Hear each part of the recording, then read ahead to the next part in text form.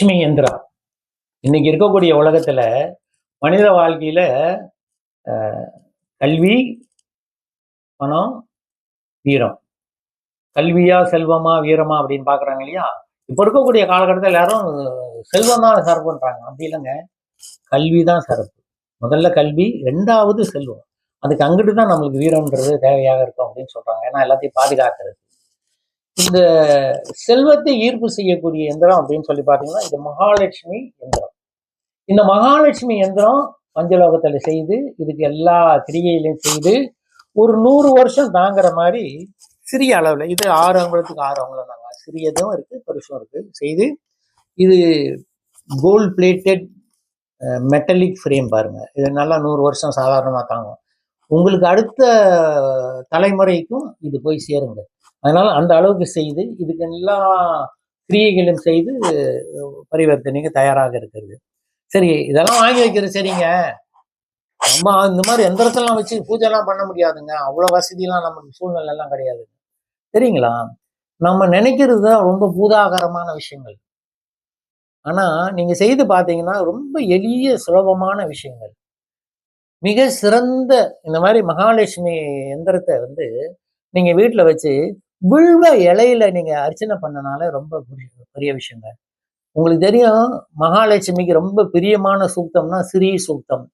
ஓம் ஹரண்யவரணாம் ஹரணீம் சுவர்ண ரஜரஸ்வதாம் சந்திராம் ஹிரண்மயீம் லக்ஷ்மீம் ஜாதவேதோ மமாவக ஆம் ஆவக ஜாதவேதோ லக்ஷ்மி மனபகாமினீம். அப்படி வருங்க. 15 ரிக்கு இருக்குங்க. இந்த 15 ரிக்குல என்ன இருக்கு தெரியுங்களா? ஆள், அடிமை, அந்தஸ்து, புகழ், செல்வாக்கு, தனம், தானிய, பசு, புத்திர லாபம், வாழ்க்கையில நிம்மதி, சந்தோஷம், வீடு வசதி, வாகன வசதி, நமக்கு வேலை செய்வதற்கு பணியாட்கள், உண்மையான நேர்மையான வழியில பணவரவுகள், இதெல்லாத்தையும் கொடுக்கறதுக்கு லக்ஷ்மி வழிபாடு, லக்ஷ்மி தந்திரம் அப்படின்னு ஒரு நூல் இருக்குங்க. அதுல இதை பத்தி சொல்லப்பட்டிருக்குது. இந்த ஸ்ரீ சூக்தம் அப்படின்னு சொல்லக்கூடிய மந்திரம் இந்த எந்திரத்துக்கு பிரயோகம் பண்ணலாம். ஸ்ரீ சூக்தம் எந்திரம்னு ஒண்ணு தனியா இருக்கு. இந்த எந்திரத்துக்கும் அந்த ஸ்ரீ சூக்த மந்திரத்தை பிரயோகம் பண்ணலாம். என்ன பொருள் ரொம்ப சிறப்புங்க.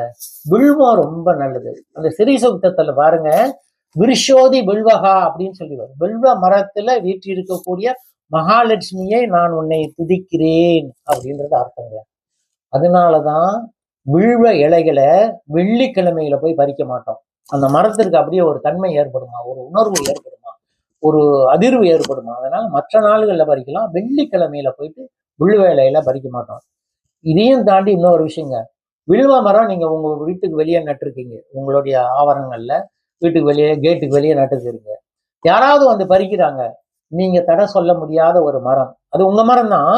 ஆனா அவங்ககிட்ட சொல்லலாம், ரொம்ப கொழுந்தெல்லாம் கிளைகள்லாம் உடைக்காம நல்லபடியா பறிச்சுட்டு போங்க. ஏன்னா வில்வம் அப்படின்றது சிவனுடைய சொத்து. ஆனாலும் அந்த மரத்துல வாசம் பண்றது மகாலட்சுமி. இதெல்லாம் தாண்டி உங்களுக்கு ஒரு விஷயம் சொல்றேன். ஒரு 9 வாரங்கள் நீங்க இந்த வில்வ மரத்துக்கு கீழே அமர்ந்தோ, வில்வ மரத்து பக்கத்துல முன்னால உட்கார்ந்தோ ஒரு சின்ன விளக்கு வச்சுட்டு ஸ்ரீ சூக்தம் 9 தடவை சொல்லி பாருங்க. 9 வாரம், ஒரு வாரத்துக்கு ஒரு தடவை, 9 வாரம் இடைவிடாம இதை சொல்லி பாருங்க. கண்டிப்பாக கைமேல் பலன் கிடைக்கக்கூடியதாக இருக்கும். இதை நீங்க மகாலட்சுமிக்கு இதை உபயோகப்படுத்திட்டீங்க. வில்வத்துல பண்ணலாம் அப்படின்னு சொல்லியாச்சு. பவளமல்லி பூ இருக்கு இல்லையா? இந்த காலையில 5:30 மணிக்கு மேல 6:30 மணிக்குள்ள அது கொட்டும், உதிரும் பாருங்க பூமியில.